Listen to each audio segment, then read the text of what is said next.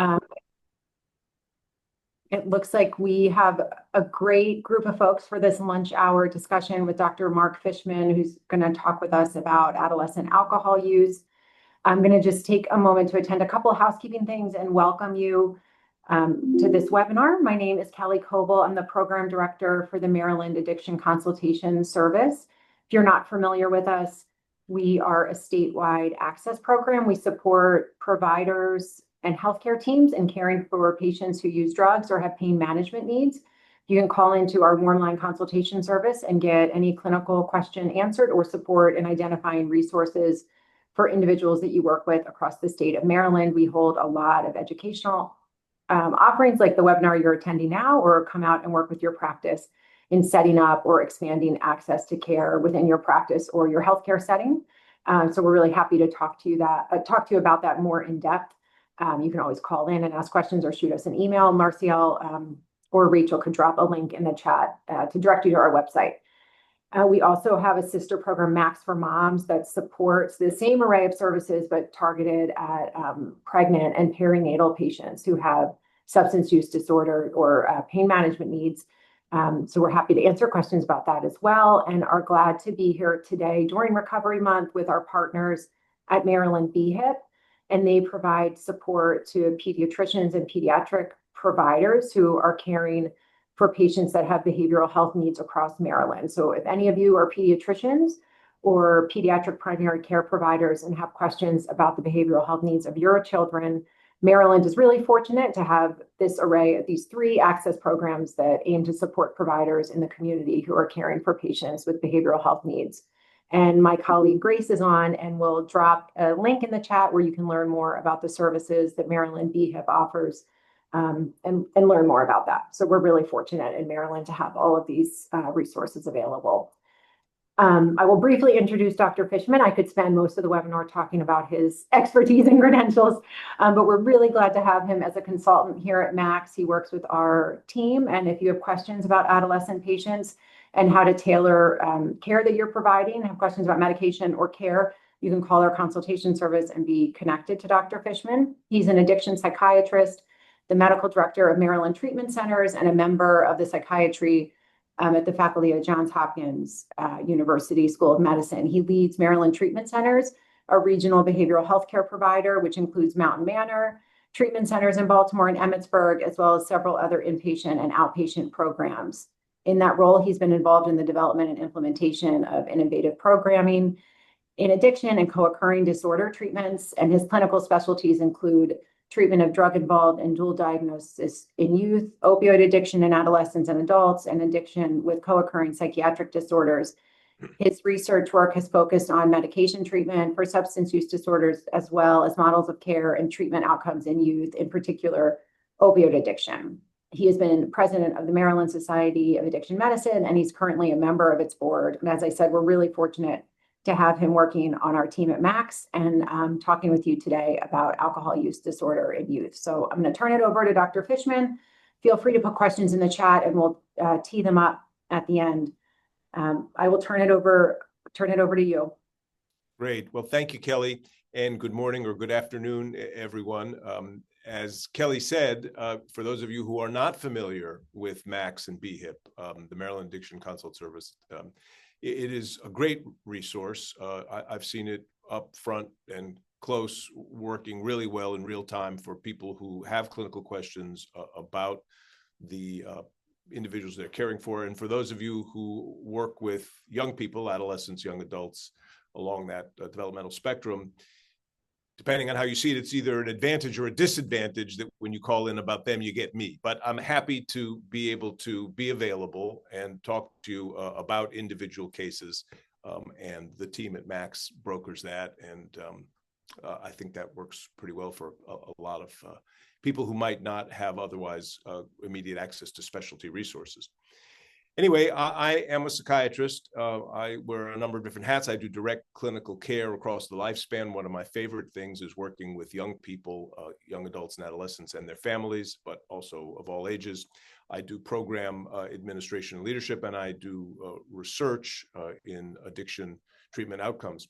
Today, we're going to be talking about drinking And that's obviously a common phenomenon. We're talking about how that affects young people, both adolescents and young adults, how lots of them get into normative experimentation on the one hand, and how a minority, but a substantial minority, because of their developmental vulnerability, progress to problem use with loss of control and an alcohol use disorder.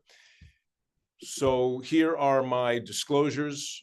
I think most important is that I've worked with and been supported by a number of pharma companies that make medications for substance use disorder. I don't think it biases me, but you guys be the judge. And let's jump in. Alcohol is very interesting to talk about as a problematic substance of intoxication because it is so prevalent. And as we'll talk about again and again, this is a society where alcohol use is normative. And some people's attitudes are that drinking in young people is just part of the hijinks that teens get up to, a rite of passage. It's what they do. We've all done it. So what's the big deal? Shut up. And I think that that's problematic in terms of what it sets as a stage for progression for some young, vulnerable people. And so we'll show you some data and talk about that and assessment and treatment. It's important that this problem was not invented last Tuesday or last month or last year or this decade or this century, right? Alcohol has been around since the dawn of agriculture. We'll talk about that a little bit. And our view as adults, looking back over our shoulders at young people and thinking about them as vulnerable and irresponsible and up to no good, and kids these days don't value $1, and when I was a boy, that kind of thing. All of that is repeats itself in the generations, and it's important for us to think about that. And it has a kernel of truth. Young people are vulnerable. Young people do get into both mischief, but also into more serious trouble. But it's important for us not to be too preachy and too judgy, and not to think that finger wagging is going to solve the problem from the dizzying height of being wise and mature and gray in the beard like me. So I just wanted to show you this quote, which I think is funny. We live in a decadent age. Young people no longer respect their parents. They are rude and impatient. They frequent taverns and have no self-respect. That's kind of the view of an old guy like me, thinking about the troubles that young people get into for all sorts of reasons. And I wonder if you might imagine when this quote comes from. I don't know if anybody has a guess, but I was surprised when I saw this. Look, this kind of thing has been going on a long time. And so we just need to have a little humility and remember that it repeats itself in every generation. And what we need to try to do is bridge the generation gap, not increase the gulf, be able to give digestible messaging, reach young people and their families where they are in order to be able to help them, rather than scolding them. Now, this issue of alcohol as a hidden epidemic is super important, right? Because you all know that the conversation in the last couple of decades in substance use and public health around addiction, thank goodness there's been any conversation, so that's a plus, but opioids and the opioid crisis and opioid overdose deaths suck up all the oxygen in the room, and for good reason, right? We've had years of 100,000 overdose deaths. The most recent numbers are, thank goodness, we're down to 85,000 deaths annually in the US. Whoever thought we would be celebrating only 85,000 deaths, but I'll take it. And so alcohol, which has been here forever, gets lost in the sauce, if you will, in this conversation. So that's part of the reason why we don't have a lot of conversation about alcohol, but we need to. And just as a reminder, now this is not so much a problem for young people, but for adults across the lifespan. When we talk about 85,000 overdose opioid deaths a year, there are 180,000 deaths annually in the US from the long-term medical consequences of drinking. Now, those aren't in young people, those are in older people. It takes decades usually to amass those deaths. They're not as dramatic because they don't happen with a single episode of intoxication with an overdose, but it is a huge number. And again, it gets lost. alcohol is not only prevalent and ancient, it also has been baked into our cultural traditions, even religious traditions, right? And so there's this core celebration of it that makes it kind of part of life. And that makes it hard for people to be able to deal with the ambivalence of we love it, we hate it, it's good, it's not good. And the idea is that everyone drinks. Now, I'll show you some data about young people who also tell me, listen, all the kids do it. That's not true, and I'll show you the data. It's also not true that everyone in the States does it, but we are a much drinking society, and somewhere between 70 and 80% of US adults have had lifetime alcohol experience. It's not everyone, but it's a lot. Now, most of those people can take it or leave it, drink occasionally, drink intermittently, don't drink that much. And that's part of the attitudinal problem with the broad normative endorsement of alcohol. But there are a subset across the lifespan, and especially in young people, who can't control their drinking or who don't control their drinking and progress to loss of control problem in psychosocial function and a use disorder. The percentage of people who develop that problem across the lifespan of those who drink, and we call that the conditional probability of problem, is low. It's probably somewhere between 10 and 20% of adults who drink develop a problem. It's much higher in adolescents, probably twice that, but it's still the minority. And that's part of the conceptual difficulty that lots of people have. But it's important to note that even though it's small, it's not zero, and significantly, it's much higher in young people. Another phenomenon with alcohol is its insidious progression for most people. Unlike opioid use disorder, just to contrast it, where people may be fully addicted and using every day with withdrawal in less than a year, sometimes less than half a year from their first experimentation. That's not the case with alcohol. You don't go from your first beer to half a handle of vodka every morning in under a year. That takes decades. And so most people who do progress and develop a disorder do so relatively slowly in a way that may not be noticeable. It's kind of the story of the frog in the water being gradually heated until it's boiling before he notices, but it's not as dramatic. It is the most widely used substance by youth. I'll show you some numbers. Marijuana, cannabis is creeping up as number 2, but alcohol still remains the most widely used intoxicant. It is culturally encouraged. That's an issue for young people. It is related to some acute problems. We talked about the insidious progression of use disorder, but acute problems include motor vehicle crashes, drunk driving, other traumatic injuries under the influence. Another secondary mental health, behavioral health consequence is it's linked to other risk behaviors, because when people are intoxicated, whether or not we think they have a use disorder, whether or not they drink frequently, any intoxication leads to disinhibition, changes in mood, changes in behavior, and can be involved in a variety of risk behaviors, whether it's being a perpetrator of violence, whether it's being a victim of violence, whether it's sexual disinhibition and being in a situation in which you are vulnerable to sexual assault or sexual exploitation, or making bad choices about indiscriminate sexual encounters. All of those things are things that young people encounter in the context of intoxication.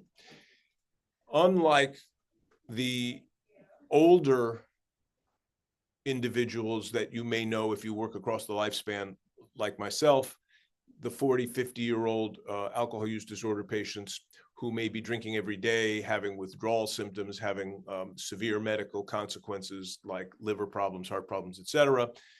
That's not the pattern of use in adolescence. The pattern of use in adolescence typically, although there are exceptions for sure, the pattern in adolescents and young adults is a binge pattern in which they consume large amounts in a session of drinking, typically with peers,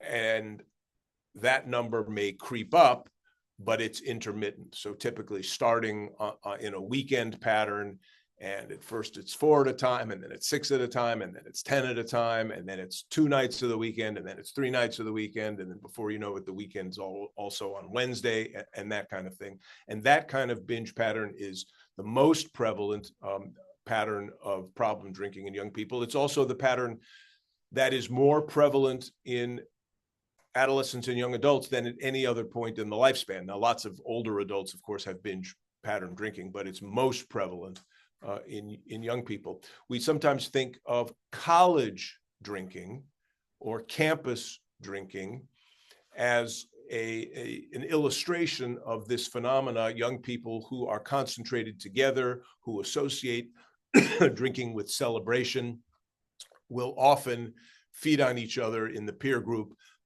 and it snowballs to a point where, before you know it, the culture or the subgroup of heavy drinkers are really heavy drinkers.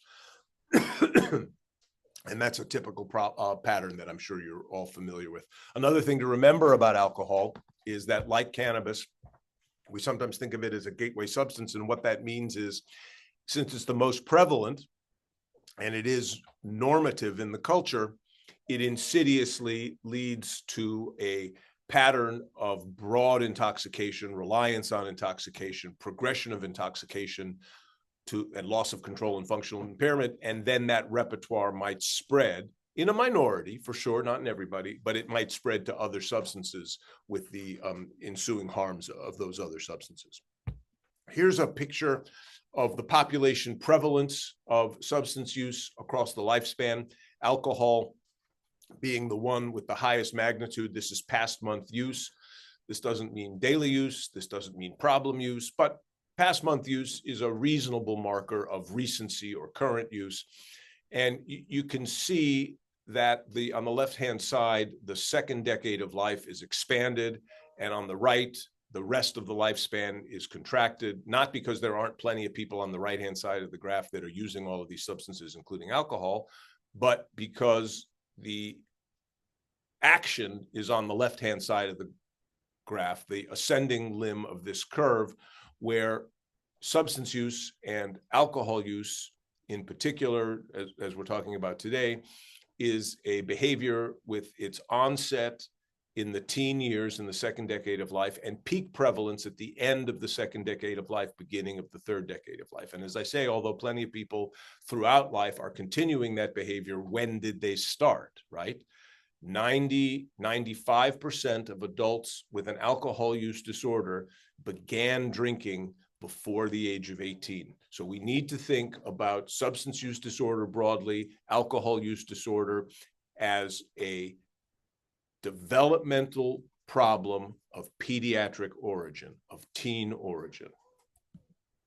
Here's another look at developmental vulnerability. This is what proportion of these adults have problem status as adults, defined by one or more of the substance dependence symptom checklist from DSM-4 for either tobacco, alcohol, or cannabis. And the core concept is the same, looking at age of onset before 14, between 15 and 17, or later than 17, just a narrow 3 or 4 year window of development in the life of a teen, but that's a lot of developmental water under the bridge for a person in the second decade of life. And you can see that there's a 2-fold to an 8-fold increase of likelihood of problem status conferred by initiation, first use, before the age of 14, compared to initiation delayed until after 17. And if you look across the top at all 3 of these substances, tobacco, alcohol, and cannabis, and we're particularly today focused on alcohol, if you begin before age 14, about 25% or 1 in 4 will have a problem as an adult. What are kids drinking? Here's just a smattering of pictures. Notice the bright colors. That's not an accident. It is not an accident that we are marketing for the particular vulnerability of youth. Big alcohol may deny that, but I think you know that that's nonsense. Up in the top left, there's good old-fashioned beer. That hasn't gone anywhere. That's an old stalwart. But remember, these tutti frutti flavors from the fad of hard seltzers, White Claw being one of the brands that was a brand initiator, but there's dozens of them now, to flavored vodka in the bottom right-hand corner. Anybody ever tried cotton candy vodka? That's the very definition of alcohol abuse, right? No, I'm just being silly. And then here in the bottom middle is important to know that this is a new market leader over the past 5 to 10 years. The fastest growing segment of the alcohol market internationally are these pre-packaged, sweetened cocktails that are marketed particularly to young people in all these different kinds of flavors. It's not the biggest selling segment, but it's the biggest growing. Now, I talked about developmental vulnerability. Those of you who've heard me speak before, this is a favorite theme of mine. That is that young people are particularly vulnerable. It's not just a chronological age thing, right? It's a dimensional thing of maturation or immaturation from adolescence well into the third decade of life. People are not fully baked in their psychological and brain and spiritual and social development until they're 25 or 30. And using early confers a very high risk of coming to harm and of progressing to developing a disorder for all the reasons that you know about. Compared to other times of the lifespan, adolescents are more impulsive, they're more excitement seeking, they're more driven by reward in the moment. That has lots of range across individuals, but for each individual, this is that vulnerable period in the lifespan with difficulties delaying gratification, poor executive function, and poor inhibitory control. Another way of saying that is not so much brakes, too much acceleration, and poor ability to regulate the internal emotion environment or poor affective regulation. So all of those things confer vulnerability, and alcohol is no different in terms of risk. One of the things that promotes alcohol use in our culture and other cultures where alcohol permissiveness and social normativeness, if that's even a word, is the rule, is this cultural issue of alcohol is seen and promoted across advertising, across sports sponsorship, across pop stars, across TV stars, across all of the models of the modern culture. Alcohol and intoxication broadly is associated with the good life, with luxury, with joy and pleasure. And that's hard for us to fight against and to message against, right? It's also because of the normative nature of it, common in households. So young people, even if they're role models of adults, parents, older relatives, older siblings, even if those people don't have a use disorder, the very common modeling of alcohol as the social lubricant, alcohol as the celebration, just the very trope in the culture of we raise a glass and say cheers and the bubbles flow on a good occasion. That's just the vocabulary of the culture, and it's hard for young people with immature executive function and poor inhibitory control. It's hard for them not to be lured by that, not to see it as, well, of course I want mommy juice, daddy juice, because look at mommy and daddy having such a great time and everybody is doing it. Here's some epidemiological data with a longitudinal view over 5 decades or so. I find this very interesting. This is kind of the question, who's using and how much are they using? It's actually flipped on its head. It's portrayed not as who's using, but who's not using. It's the same information, but the reciprocal, if you will. And it's surprising if you're not familiar with this data, because when you talk to young people or you talk to families about drinking, as I said before, they will say, well, everybody's doing it. What are you fussing about? Everybody drinks. All my friends drink. All young people drink. Dr. Fishman, what is the darn big deal? And it turns out that's just not true. So take a look at the alcohol line right here. We're looking at 12th graders, lifetime use, non-use.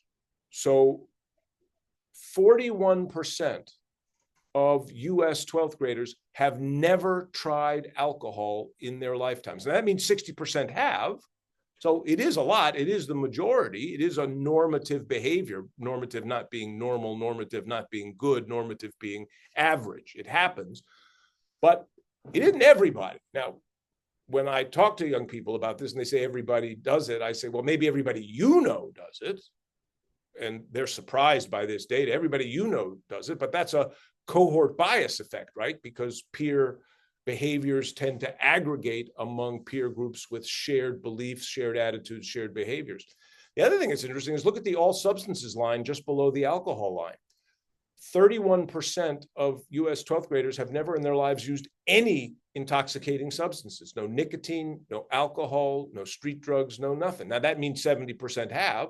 So it's a minority of non-users, but it's a substantial minority. And also look at the longitudinal picture. This is increasing over time.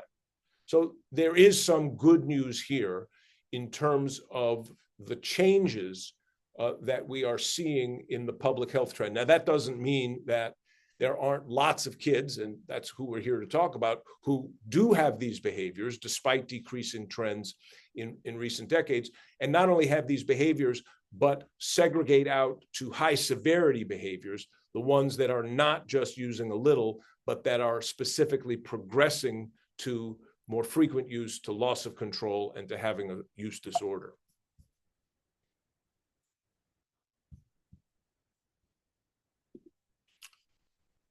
Remember, I said that binge drinking is the common pattern. This is somewhat older data, so it needs a little updating, but it still gives you the idea of the concentration and prevalence of the binge drinking behavior. The researchers define binge drinking as 5 or more drinks in an episode for males, 4 or more for females. That's a body weight adjustment. And first of all, the trend is decreasing over time, so that's good news. But bad news, we've got in 2015, 18% of 12th graders have had a binge drinking episode in the past 2 weeks. Glass half full, glass half empty. Only 8% of 8th graders have had a binge drinking episode in the past 2 weeks. That's good news. I guess the bad news is 8% of 8th graders have had 5 or more drinks in the past 2 weeks at one time. That's a lot.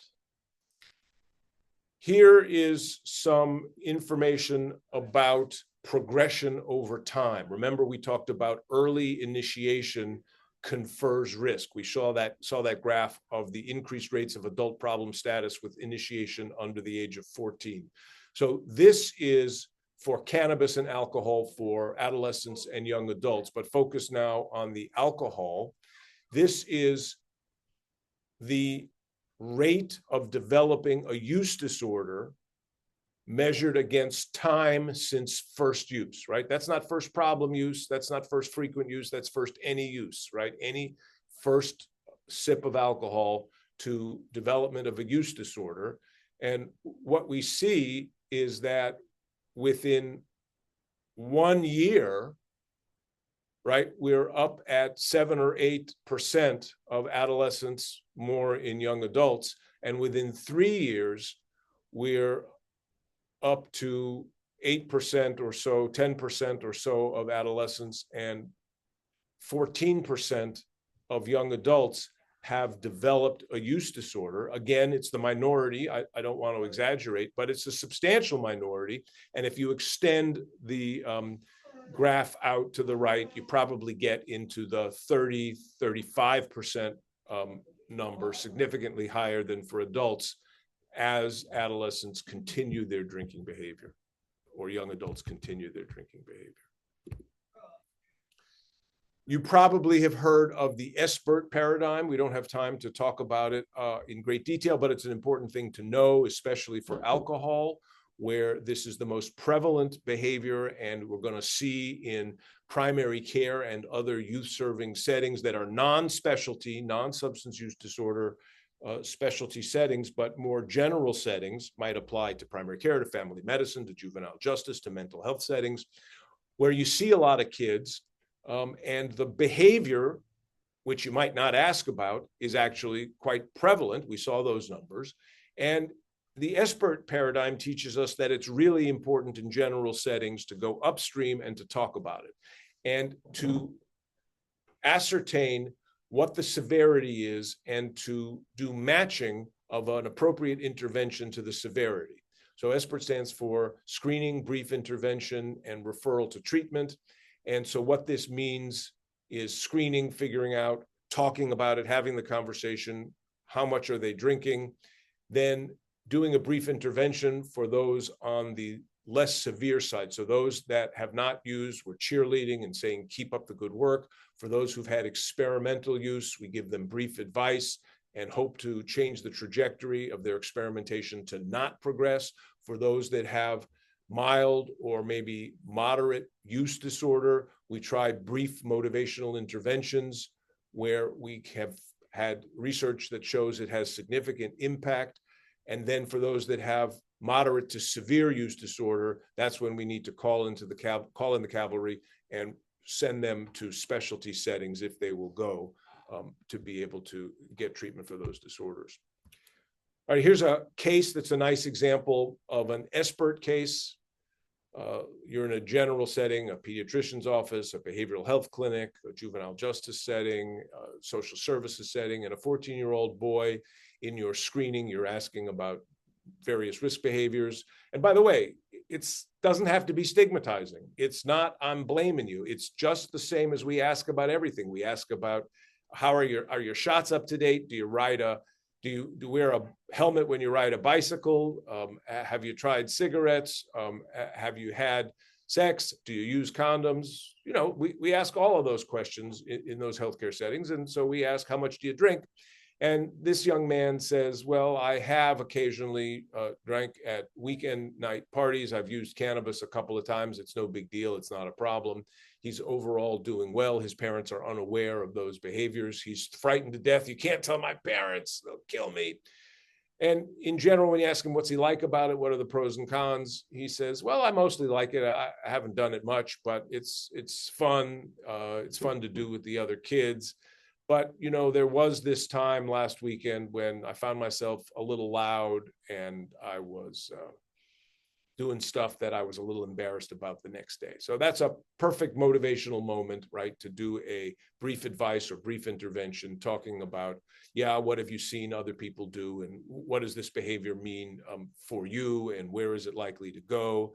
And what are the pros and cons? And let me give you some advice about curtailing the behavior and postponing it till you're older. And that's an important message to remember. We're not telling young people that alcohol is evil and must be eliminated from the face of the earth, right? We're saying that it's not for young people, that your force field is not fully built up.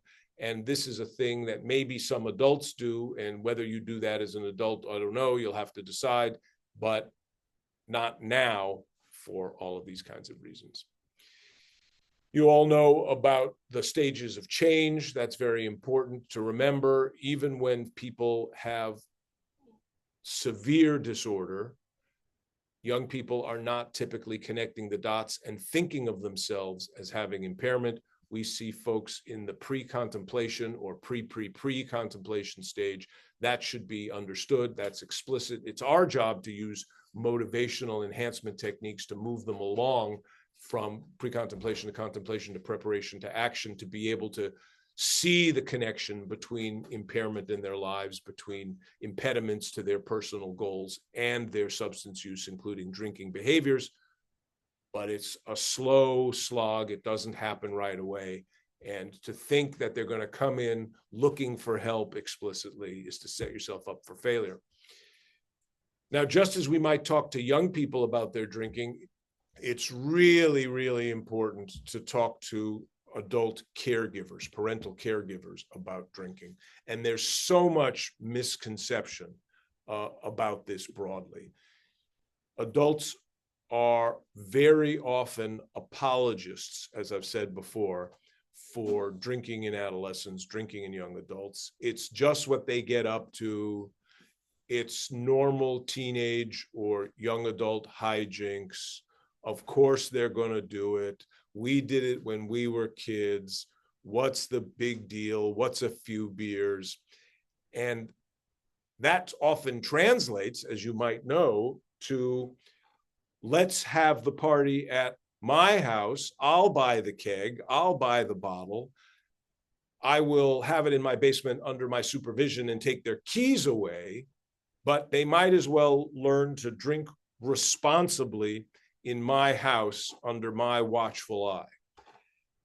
And even if that sounds intuitively like it makes sense, it is so wrong, and all the data contravene that. Remember, early initiation confers poor prognosis, not early initiation under my supervision confers better prognosis. Any initiation is problematic. And sure, if there were only two doors, drink in my house and don't drive versus drink on the streets and drive, yeah, that's an obvious choice. But what about door number 3, don't drink, or postpone drinking till after some age of maturation? Is that 18? Is that 21? Is that 35? I don't know, but the longer, the better. And this is a common misconception that we have to do a better job educating parents about. Well, I drank when I was a kid and I survived. Whew, thank goodness you were lucky, but we want to do better with the next generation. And why gamble? So we want to set a clear standard. Not in my house. Alcohol is not for kids. Well, Dr. Fishman, you think just because I say that, they're going to do that? Kids are going to do what they do. Kids get into stuff. Yes, of course. I'm not naive enough or Pollyannish enough, nor should you be, that just because you say it, it will translate into no risk behaviors. Just as if you say you should wear a helmet when you ride a bicycle, you should wear a seatbelt when you drive, it doesn't mean they'll do it all the time. Sure. But you're the mom, you're the dad. Pretend you're the grown-up in the room. No, be the grown-up in the room and set a clear standard. Know that, of course, they won't always follow it, but you're the voice in their head. The same goes, by the way, for other parental-like authority figures, teachers, doctors, counselors, therapists, coaches, probation officers. Be clear that this is not an appropriate teen behavior. It is not allowed in my house. Be the house where the kids can't drink. Be the house where you know where they are and you've talked to their friends' parents, and you're not encouraging going to the house where mom is buying the cake. That's a bad idea. And on the other hand, be able to accept if they don't follow your advice. Don't cut their heads off. We walk the balance all the time as parental caregivers between here is a prohibition, but if you break that prohibition, we can talk it through. We can debrief. You can tell me I still want it to go better. And this is not contradictory to the stance of you can always call me no matter what in the middle of the night and I'll come get you and I won't beat you up over it. We'll debrief it tomorrow when you're hungover and it's especially torturesome and you don't want to hear me fuss at you about it, whatever. But you can have it both ways. You can say this is not what you should do, and when you do it, I can still rescue you and we can debrief it and prevent it from having happen another time. Now, what about parents who have substance use, parents who drink, and you're working, maybe even drink in a problem pattern, and you're trying to work with their young person about modifying their drinking? How do you deal with that? And that can be quite testy, right? The family, you may have suspicion of an alcohol use disorder or cannabis use disorder or whatever, but the family is not there necessarily asking for help. And they say, well, this is none of your business. You don't know me. I'm here for little Johnny. So what are you talking about this for? And the way I try to deal with that, sometimes it works, sometimes it doesn't, is with a universal precaution approach, which is to say, listen, we're trying to get little Johnny to drink less or quit, preferably.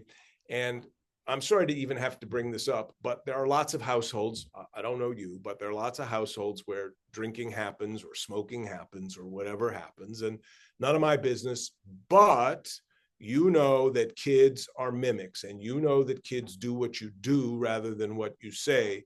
So I'm sorry to have to ask this, but if we're trying to get Johnny to cut down or quit, it's best if we create, even if temporarily, it's best if we create a substance-free home.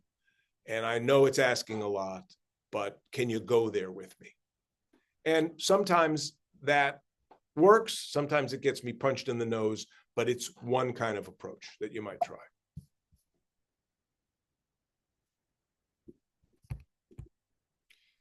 So the last thing I want to talk about before we get to some Q&A is a plug for including families, because I think that's so important as a way of addressing this issue. We, of course, do counseling and motivational work with young people. That's core.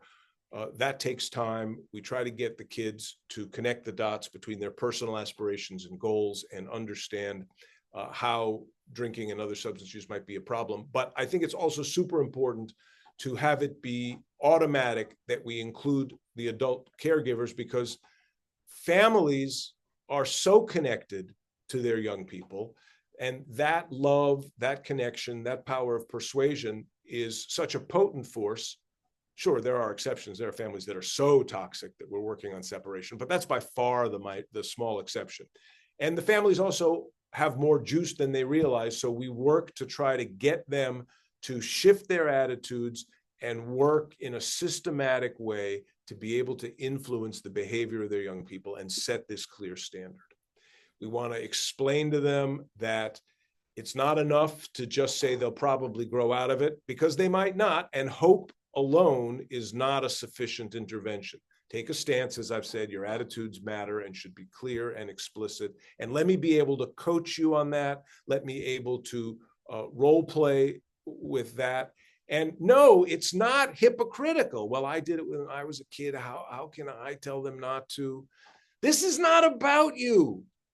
This is about this young person that you're trying to help. This is not a review of your past sins, not the issue.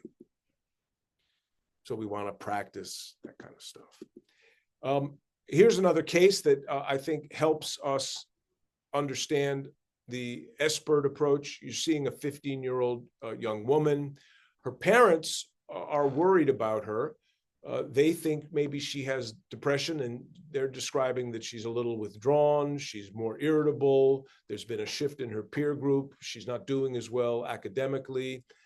They don't know about her using substances or not. She also says, yeah, I'm not myself. And she talks about sleep problems. And yeah, I guess I'm more irritable and I'm more worried.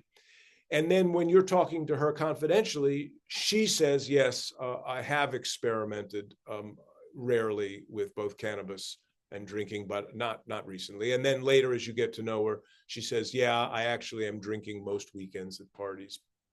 She's willing to talk to you about depression, whether that talking about depression is psychotherapy or medication treatment or whatever. But her view on the substances is so typical. Everybody does it. I'm not doing a lot. It's not the problem. It's no big deal. So this is an opportunity for further assessment, for doing a brief intervention, but more than that, for making it part of an integrated intervention along with the problem for which she's seeking treatment, right? So you're connecting the dots. I know you don't think that the drinking or cannabis use has anything to do with the depression, but I recommend otherwise. So I'm glad you want to address this mood problem that is bugging you, that is messing with your function. I would like to be able to connect the dots to your drinking, and that's a motivational way of maybe persuading her or maybe not, but longitudinally trying to make it part of the package of helping her with the thing that she and her family want help with. Family engagement is not always easy, but always, I think, the juice is worth the squeeze. Here's a list of some of the traditional barriers that we have. And I just think it's important that while we talk about addiction as a family disease, that's often more lip service than action, and we don't do a good enough job. And I just want to emphasize how important that is. And it means talking to families, as I've said, about what their role is, giving them a job in the treatment, helping them understand that although these kids may say they're all grown up, they aren't all grown up, whether they're 15 or 18 or 25, they need your help. Let's think about a developmentally appropriate way for you to have a role, and empowering the families, plus empowering and encouraging the autonomy of both adolescents and emerging adults are not incompatible. Wait, that's a double negative. It is compatible. We can do both at the same time. Confidentiality is a thing that comes up again and again. I think that we overthink it and we're over rigid about it. I think I would recommend the stances, just as you've heard me recommend, always involving the family. You always want to make that an explicit goal with the young person. By the way, I do this across the lifespan. It's neither that I'm not going to ever tell, nor is it on the other extreme that I'm going to go behind your back and snitch with surreptitious disclosures. It's about how I can work with you, a young person, to have an understanding about how we're going to bring some loved one, a parental caregiver, mom, dad, auntie, granny, whatever, and getting to yes over that consent. And so I say, I want to talk to your family. No, you can't talk to my family. So am I going to say just okay, and that's the end of it? Or am I going to say, oh yeah, watch me? Or better, should I say, what will I say when they call? Because they will call. And if I say something like, I can't talk to you, everybody knows what that means. And even better, should I say, why don't we talk to them together and include them? And you tell me what are the things that should be off the table, but let's rehearse how you can talk to them and role play and encourage you, better coming from you, and you can earn family points and we can de-escalate together and make progress together. Anyway, I'm going to quit now. Oh, no, one last thing I want to talk about. This may not be something that you guys are doing all the time, but it's important to know that public health prevention strategies focused on access are super important and super effective. And this has been proven again and again, especially for alcohol. Age restrictions matter. When we increase the drinking age from 18 to 21, young person drinking and young person alcohol use disorder decreases. When we increase taxes, we decrease access. When we limit the numbers of bars and liquor stores, when we limit the hours that the bars are open, when we address the exploitative distribution practices that lower economic urban areas and vulnerable communities have increased concentrations of liquor stores and now cannabis dispensaries, that helps. And here are just some pictures, maybe not from Maryland, but the daiquiri stand and the liquor drive-through. Those are bad ideas. All right, so let's quit and have some discussion, questions, comments. And I don't know if you want people to, Kelly, to put it in the chat or to unmute, or how you want to do that. I did invite folks to enter any questions here in the chat. That was wonderful, Mark, as always. I haven't seen any popping yet. Feel free, though, folks, to enter questions in the chat about the discussion you just heard or the cases that were embedded. Other questions, sometimes we hear all kinds of questions come in while we have you on the floor. I see someone with a hand raised. You want to go ahead and unmute? Janine? Yeah. Yes, it took me a minute to find the button. But first and foremost, Dr. Fishman, thank you for all of your information. I felt like in so many ways you were almost telling part of my life story, like just following along with what you were saying. just with the nomadic endorsements of everyone's drinking, everyone's doing it.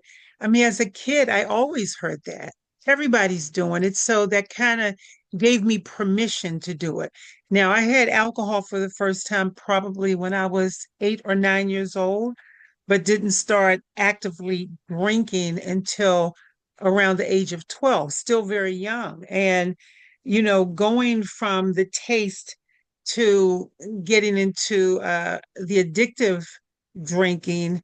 And it didn't happen overnight. You said that, you explained that it doesn't happen overnight. I think it's more psychologically addicting in the beginning and wanting to belong and wanting to be a part of. But you're absolutely right with, lowering the inhibitions. I mean, that opened up a whole door of just risky behaviors for me as a young person. And then I just jotted down some notes as I'm listening to. And thank you to everyone who told me what SBIRT meant because I didn't know, and you were so fast. Oh, Um, sorry about that. It's a lot no, to but it's take in. okay. I went to the chat and everybody jumped in and they were helping me out. So I appreciate that. Um, I liked a lot what you said about, when it comes to helping the young person to find wellness and recovery, is perhaps suggesting somehow to the parent to let's have a no substance house, no drinking, no drugs. Let's do that for a while until the child grows up. And what came to my mind is that in theory, that sounds so good, but thinking about it from a perspective of an adult who also, was drinking and doing other drugs, I would not have been open to that because it would have meant that I would have had to Yeah. put off my enjoyment in order to help somebody else, even my own child, So just a word on that. One alternate message for a person who says, I can't do that is, all Yeah, right, well, at least work hard to never do it in front of them and right. not have it visible and to not Hmm. allow other people in your house to do it in front of them. It's a grown-up behavior only after bedtime behind closed doors. Now, Exactly. kids have magic antenna and they will see behind those doors, but at least Yes. that's second best. Yeah, and it's helping them to see that there are other alternatives. I I like the fact too, the last point that you made of involving the young person in, talking to their parents somehow, and because that's also very empowering. If we see that the kid is having issues and we as the adults or professionals are trying to include the child in approaching the parent instead of going behind their back, I think it empowers them to feel like, okay, I do have a say so. I'm And important in empowers the this. families to take a stance, Yes. use their juice. Yes. Yep, agreed. Yeah. So thank you very much. I really appreciate it. I got so much out of everything you said. Thank you so much. Well, you're so welcome. I see a question here about medications Yes. for alcohol in adolescence. I wish I had a really knowledgeable answer about that. There's been very, very little research done with younger people. We certainly know that 18-year-old plus young adults have been included in some of the medication trials and are more often included in standard clinical practice for anti-alcohol medications like naltrexone and monthly injectable naltrexone, also called Vivitrol. But under the age of 18, we know very, very little. Little we do know is that there's no indication that it's not safe. So that's good. We're not, at least not hurting, but we don't know if it's helpful. And one of the key points that we wish we knew more about is the way naltrexone in particular, but also other medicines for alcohol use disorder as anti-craving, anti-reinforcement medicines, the way they've been studied are typically for people who are using very frequently. So we don't know what the benefits might be for infrequent or less frequent or intermittent binge style users, like typically adolescents are, whether that benefit might be there. Now, interestingly, and there's only a little bit of research on this, and this is an intervention that's sometimes been used in college settings, again, a binge drinking setting, is if you cannot persuade a young person that they should not drink at all, can we at least have an agreement about a treatment goal to reduce drinking? We may not see eye to eye, and I use this expression all the time. We'll agree to disagree that 4 is too many. But do we at least agree that 17 is too many? Okay, Dr. Fishman, 17's too many. All right, so how do I get you to not drink 17 when you're out partying with your friends on Saturday night or Friday night or Sunday night, or now it's Tuesday night because you don't have a class till 11 a.m. on Wednesday morning, et cetera? And one strategy, besides the motivational persuasion that I'm, just illustrating, one method that has been tried but not well studied is intermittent use of naltrexone. So an hour before you go out to the bar, to party, to the kegger with your friends, to the corner where people are passing a bottle, take 50 milligrams of oral naltrexone, and maybe that will inhibit your drive and you'll drink less. Again, I'm not vouching for that as an evidence-informed strategy. It needs much more research, but there is interest in exploring that, and some people are for it clinically. I've used it, but not enough to be able to tell you that it's a home run. But maybe it's a single, and I'll take a single.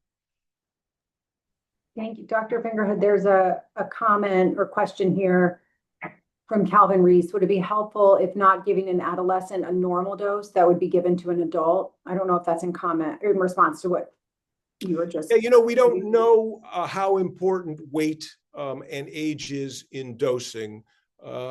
Sure, there's nothing wrong. Certainly if someone has side effects, and the main side effect that people report with naltrexone is GI upset. And if people have GI upset, you always go down on the dose.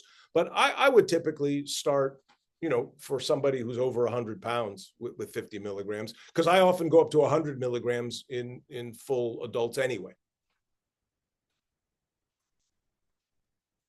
Thank you. I'm looking here. It looks like mostly comments remain. That was a question. Lots of appreciation. Thank you for the information and the presentation. Someone commented, harm reduction, that is a valuable tool. Are there any remaining questions? We have about 3 minutes left.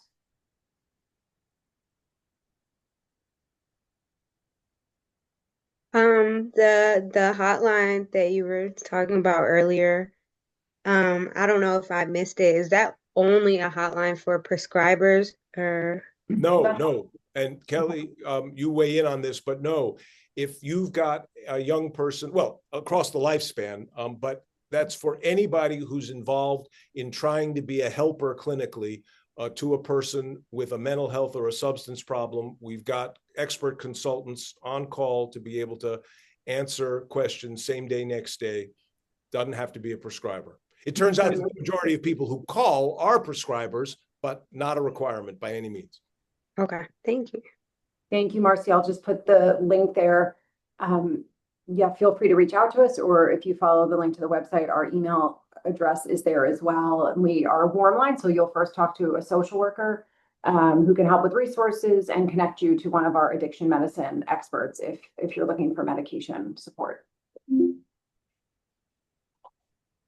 All right. It sounds like we've answered the questions. We're available virtually or via our warm line. We put lots of links in here, and please complete your evaluation. Marcial has put that information in the chat. It's available through your OASIS portal, so you can get your credits and certificates. And we look forward to seeing you at our next training, if not